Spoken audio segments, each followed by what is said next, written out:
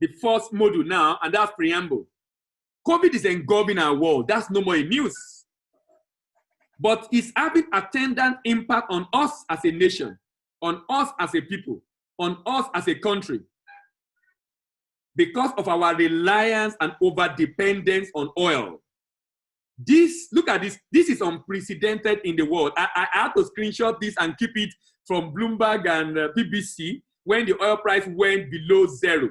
Of course, it's back up, no doubt, but that is a sign to us that we have been treading on dangerous ground. We've not really been doing well for ourselves in focusing only on oil. And even though government have a lot to do in diversification, I think as private sector operator, we also can contribute our own quota.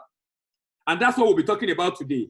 How to be able to effectively manage a market export customer, manage them, and be able to multiply the export business. Of course, oil price went down, and that is leading us to recession again after 4 years. 4 years ago, we were here. Only that when we were here, it was not because of Corona, it was because of slump in oil price. We were here. And today, we are here again. We are here again. The new year kicked off with the drone attack on Soleimani in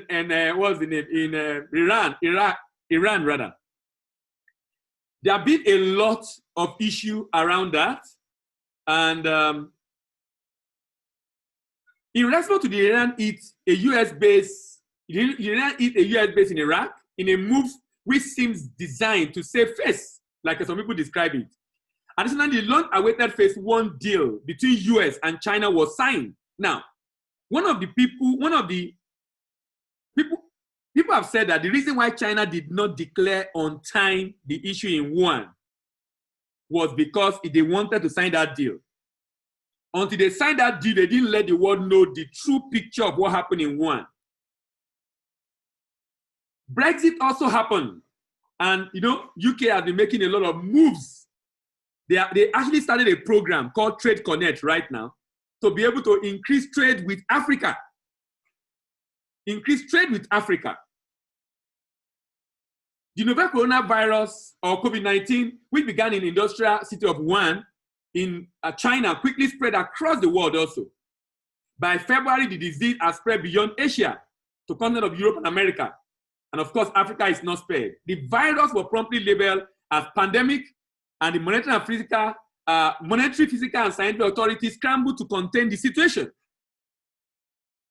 By March, major cities around the world were forced to shut down to arrest the spread of the virus.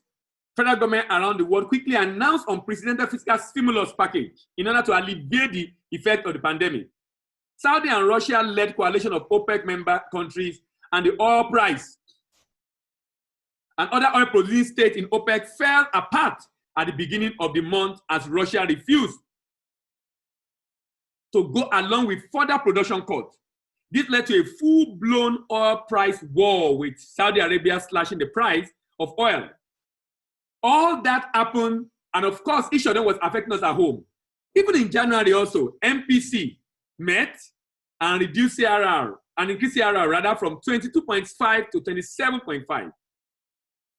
Our exchange rate become a reality. Everybody have complained about the fact that the exchange regime we're operating were non-realistic. So 360, the official rate was adjusted. And in window 380. Now, all these has happened. Now, according to financial derivative, they said that, definitely after 4 years of the last recession, we are expecting another recession. We probably have started already. We're waiting for MBS report. In 2020, government was slow to respond. And that was one of the reasons why we went into recession, when the oil price went down. 4 years later, we were back to where we were before. 4 years ago, external reserve was 25.4 billion. Loan was 11.26. Our buffer was 14.5.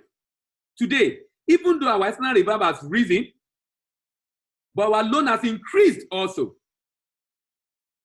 And our buffer is about 9 billion. No wonder CBN is defaulting on its forward. is defaulting on its forward, making financial institutions abroad to be worried. Because we started the idea of forward some years back. You know, before then, forward, we only read forward in books. Future option, we only read it in book. But during the last recession, it became a practice. We were not just reading in the book, we started practicing it. We started practicing it in Nigeria. But now CBN is not able to catch up again. And I can understand. Now, I had an issue with the way CBN responded the last time.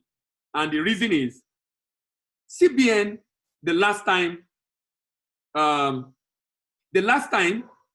challenge that CBN had, in my opinion, was that CBN did not respond holistically. The response was, in my opinion, partial. The reason why I say it was partial was because CBN strived to reduce consumption of FX by bringing in 41 item, which became 43 item, and at the same time introducing live support for exchange rate called from Q. It introduced live support for exchange rate called from Q. The life support could not hold water. After 4 years, the truth showed up again that we, apart from the palliative to minimize the usage and to bring in the people in the parallel market into the mainstream through from Q, we need to generate more effects. And that is obvious to us right now.